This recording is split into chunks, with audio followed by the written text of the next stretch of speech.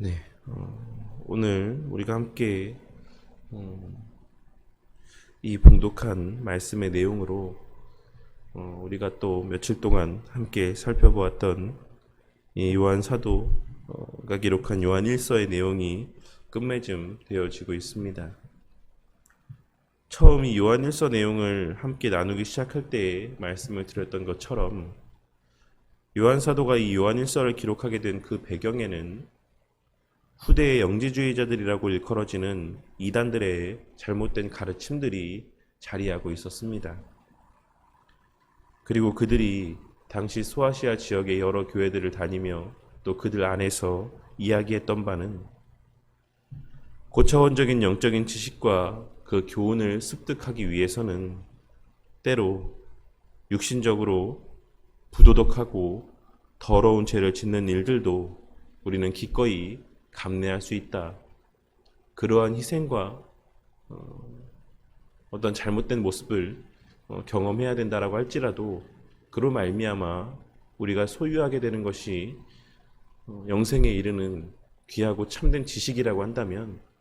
우리는 그러한 것들 가운데 불편한 마음을 갖지 말고 죄를 짓는 데 있어서도 거리낌을 갖지 말고 그러한 영적인 또 특별한 지식을 습득하는 데에만 우리가 가치를 부여하면 된다라고 하는 이러한 가르침들을 전하기도 하였고, 또 이미 거듭난 영에 속한 자들은 죄를 지어도 그 죄에 영향을 받지 않는다. 왜냐하면 영은 육보다 더욱 고차원적이고 고결한 것이기 때문에 육신의 죄가 그와 같은 고결하고 고차원적인 영혼 가운데 그 어떤 영향도 미칠 수 없다라고 이야기하며 죄에 대하여 가벼이 여기게 만드는 잘못된 가르침들을 당시 소아시아 지역 가운데 있는 여러 성도들에게 또 전하였던 것이라고 할 수가 있는 것입니다.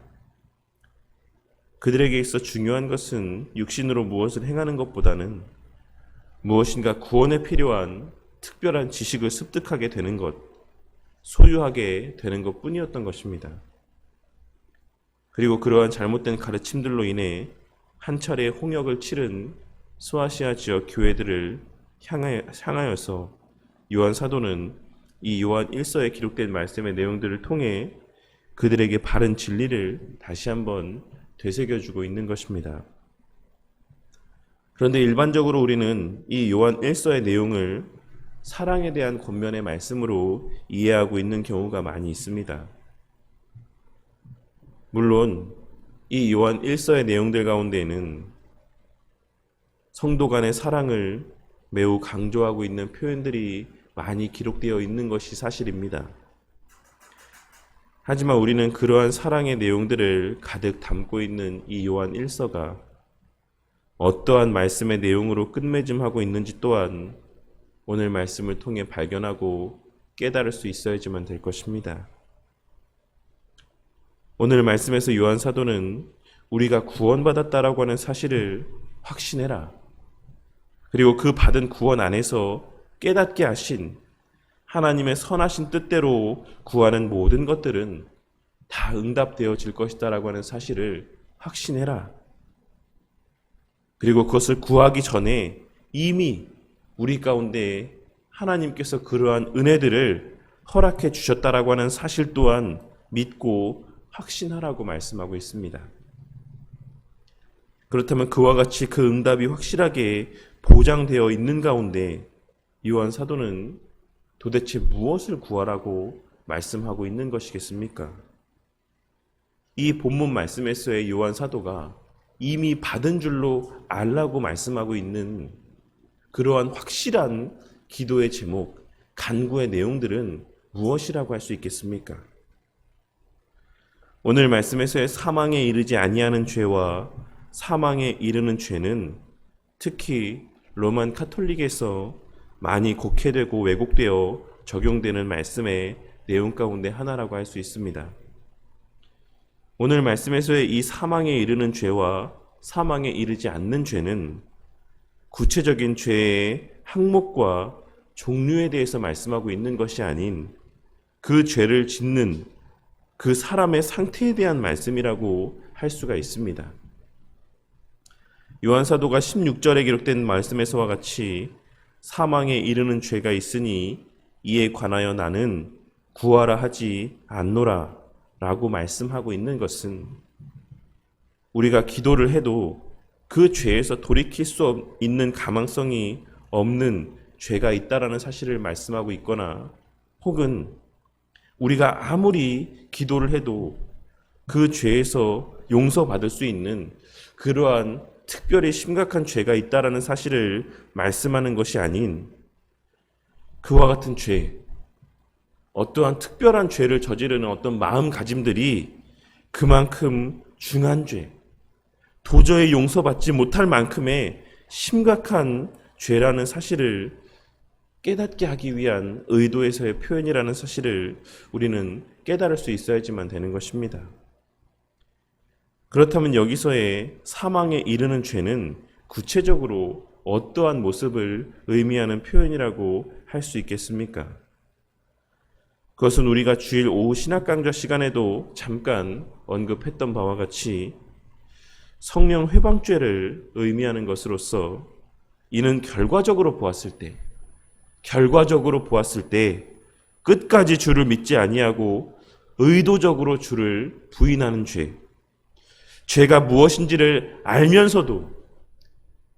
하나님을 그 입술로 고백하며 내가 하나님을 안다, 주의 말씀을 안다, 그 말씀을 믿는다라고 고백을 하면서도 죄를 짓는 데 있어 아무런 거리낌이 없이 죄를 짓는 모습들, 그리고 날이 갈수록 더욱 심한 죄까지 지으며 살아가는 모습들, 그와 같은 모습들을 통해 하나님을 업신여기고 무시하며 만홀히 여기는 죄, 이러한 죄를 짓는 모습들을 의미하는 것이라고 할 수 있는 것입니다. 그리고 이것은 본질적으로 보았을 때 우리 신앙의 선배들이, 특별히 칼빈 선생님 또한 그의 기독교 강요에서 언급하고 있는 바와 같이 본래부터 구원 가운데 속하지 않았던 자들을 의미하는 표현이라고, 그들이 저지르는 죄를 의미하는 표현이라고 해석을 하는 것이 합당한 해석이고 또 보편적인 견해라고 할 수가 있는 것입니다. 그리고 이후에 18절에서 요한사도가 말하고 있는 하나님께로부터 난 자는 다 범죄하지 아니하는 줄을 우리가 아노라 라고 하는 말씀 또한, 하나님께 속한 자는 그러한 죄를 짓지 않는다라는 것, 비록 죄는 짓되 그와 같은 하나님을 만홀히 여기며 아무렇지도 않게 짓는 그런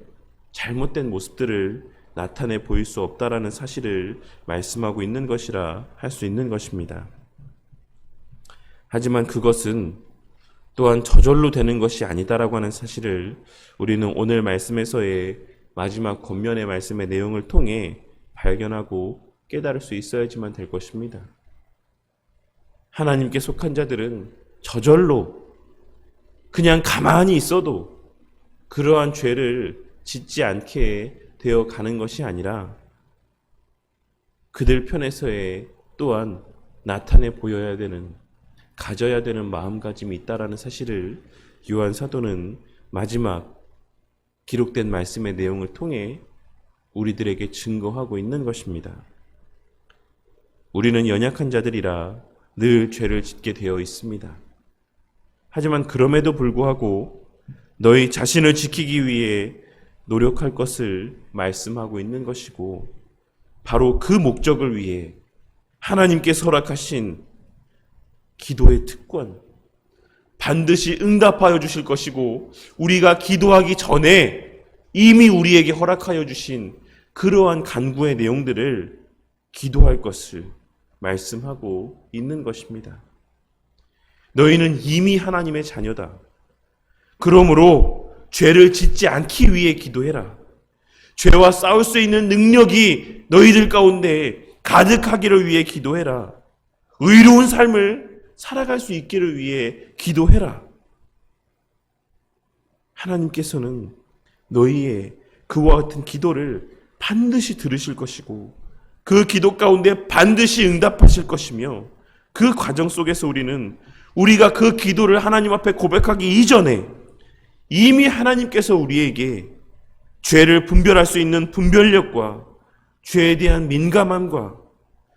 그 죄의 미혹 가운데 넘어지지 않을 수 있는 의지와 능력을 이미 허락해 주셨다라고 하는 사실을 깨닫게 될 것이라고 말씀하고 있는 것입니다. 영생을 허락받은 하나님께 속한 자들은 마음은 품되 그 죄에 넘어지고자 하는 그 죄를 범하고자 하는 마음은 품을 수 있되 실제로 행함까지 이어지는 행함을 나타내 보이지는 않을 수 있는 것이고 비록 연약함 때문에 때로 그 죄를 실제로 범하는 행위를 나타내 보인다라고 할지라도 그 즉시 그것이 죄인 것을 깨닫고 그러한 죄 가운데 거하는 자신의 모습에 애통해하며 회개하게 되어 있는 것이고 동일한 순간 속에서 다음번에는 동일한 그 죄를 범하는 모습들 가운데 빠지지 않을 수 있는 자들이 되어가는 것입니다. 왜냐하면 선한 삶과 거룩한 삶, 의로운 삶에 대한 열망을 성령 하나님께서 그 안에 불어넣어 주심으로 그들의 입술에서 그 의로운 삶, 거룩한 삶에 대한 갈망이 고백되어지게 하실 것이고 그 기도를 통해 당신의 자녀들을 하나님께서 친히 내주하시는 성령 하나님께서 친히 더욱 죄에서 멀어져 가게 하여 주실 것이기 때문인 것입니다. 그렇다면 요한 사도는 이 요한 1서에서 사랑에 대하여 잔뜩 이야기를 하고 그 마지막은 왜 다시 또 죄에 대한 말씀으로 끝맺음하고 있는 것이겠습니까? 그것은 하나님 말씀에 합당한 삶을 사는 자들만이 참된 사랑을 실천하며 살아갈 수가 있는 것이고 진심으로 다른 누군가를 사랑할 수 있는 것이기 때문이라고 할 수 있는 것입니다. 예전에도 말씀드렸던 것처럼 율법의 의미를 바르게 아는 자들만이 자신의 죄인됨을 깨닫게 되므로 베푸는 사랑이 아닌 내가 더 나은 자의 입장에서 베푸는 사랑을 나타내 보이며 살아가는 자들이 아닌 겸손한 섬김의 사랑을 나타내 보일 수 있는 것이고 율법의 의미를 아는 자들만이 참된 사랑이 무엇인지를 알고 내 중심의 사랑이 아닌 그저 내 만족을 위한 사랑이 아닌 하나님 중심의 이웃 중심의 사랑의 모습을 나타내 보일 수 있는 것임을 우리는 이와 같은 죄에 대한 권면으로 요한일서를 끝맺음하고 있는 이러한 의도적인 구성에 담긴 요한 사도의 그 의도와 마음을 통해서도 깨닫고 명심함 가운데 살아갈 수 있어야지만 되는 것입니다. 우리 신앙의 선배들이 가장 귀하게 여긴 세 가지 가르침이라 할 수 있는 사도신경과 주기도문 그리고 십계명의 내용이 각각 믿음과 소망과 사랑의 내용을 제공하여 주고 있는 것이다라는 사실을 깨닫고 율법과 사랑의 그 본질적인 하나됨을 우리는 늘 깨닫고 명심함 가운데 살아가야지만 되는 것입니다. 이 말씀을 듣고 마음 가운데 새기게 하시는 하나님의 은혜 가운데 앞으로의 우리 성도님들의 삶의 모습들 속에서 그리고 우리 바른교회 공동체 안에서의 신앙의 여정 가운데에서 율법을 통해 자신의 죄인됨을 깨닫고 늘 죄를 멀리하는 자들이 될 수 있기를 위하여 기도하는 모습들을 통해 그리스도인들에게서만 발견되고 공유되어지며 누려지고 만끽되어질 수 있는 참된 사랑의 그 모습들이 참된 섬김의 모습들이 늘 풍성히 목도되어지고 또한 누려지고 만끽되어지는 은혜가 있기를 주님의 이름으로 간절히 축원합니다.